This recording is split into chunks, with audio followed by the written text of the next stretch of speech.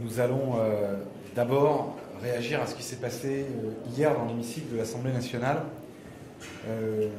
qui est dégueulasse.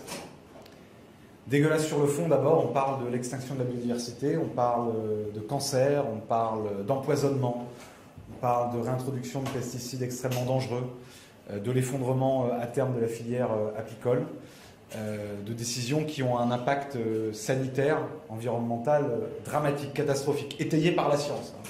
Et ici, on croyait qu'on n'était pas chez Trump. Et donc de voir à ce point la ministre, le rapporteur, des membres de la majorité, bien timides hier d'ailleurs, beaucoup d'entre eux n'étaient pas là, nier la réalité scientifique, nier la réalité sanitaire, des conséquences du choix politique qui a été fait hier. Voilà, je n'ai pas d'autre mot que celui de dégueulasse, parce que ça aura des conséquences.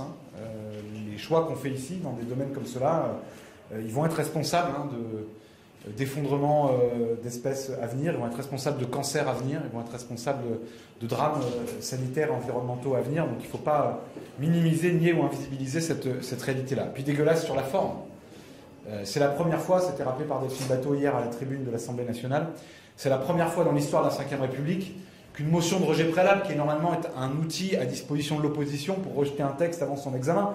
D'ailleurs, la dernière qui avait été adoptée était au moment de la loi scélérate sur l'immigration de Gérald Darmanin.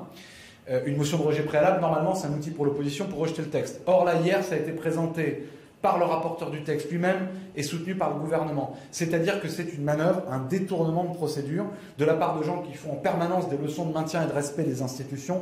Là aussi, il y a quelque chose de dégueulasse qui affaiblit la bonne lisibilité de nos institutions, la confiance dans les institutions démocratiques de la part de nos concitoyens.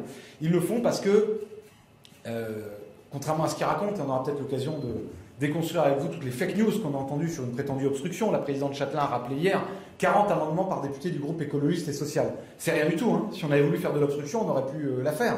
Nous avions des chefs de file extrêmement compétents sur le sujet, Benoît Biteau, Delphine Batho, qui ont déposé des amendements. Je vous mets au défi d'en trouver un seul qui soit un amendement d'obstruction, qui soit un amendement qui ne soit pas sur le fond, sur les questions sanitaires, sur les questions environnementales, sur la question de la protection, y compris de la santé de nos agriculteurs. Parce que ce n'est pas une loi de protection des agriculteurs, c'est une loi d'empoisonneurs, c'est une loi directement dictée par le lobby de l'agrochimie. D'ailleurs, je me demande quelle est la contrepartie qu'auront obtenu Madame Genevard, Monsieur Dive, Monsieur Bayrou, de la part de ce lobby-là. Il faudra sans doute une commission d'enquête dans les années qui viennent pour établir l'entrisme de ces lobbies-là au plus haut sommet de l'État. Donc il y a eu un travail sérieux parlementaire. D'ailleurs, en commission, ça s'est bien passé.